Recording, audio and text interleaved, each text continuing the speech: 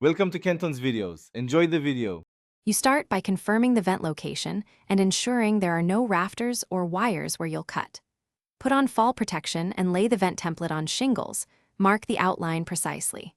Once marked, remove shingles around the area to expose decking, then drill a pilot hole and use a jigsaw to cut the opening following the template. Work from the top down to reduce shingle damage and make sure the hole edges are smooth so flashing will seat flat. Once the hole is cut, test fit the vent collar and flashing to the roof pitch. The top flange should tuck under the shingle above. Run a bead of roofing-grade caulk under the upper flange and around the collar to create a water barrier. Insert the vent so the collar seats into the decking, then fasten the flashing top into the shingle line and the lower flange onto the roof surface. After securing, press sealant over all nail heads and gaps to prevent leaks.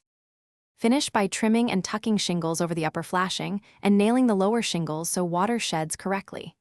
Inside, connect the vent duct, maintain an insulation-free gap around the collar, and seal with mastic to prevent air leaks. Once complete, test for leaks by spraying the roof for 10 to 15 minutes while someone watches inside. If you observe moisture, lift the suspect area, reapply caulk or replace flashings, and reseal nail holes. Addressing leaks now prevents rot later. Thanks for watching. Consider subscribing if we helped you.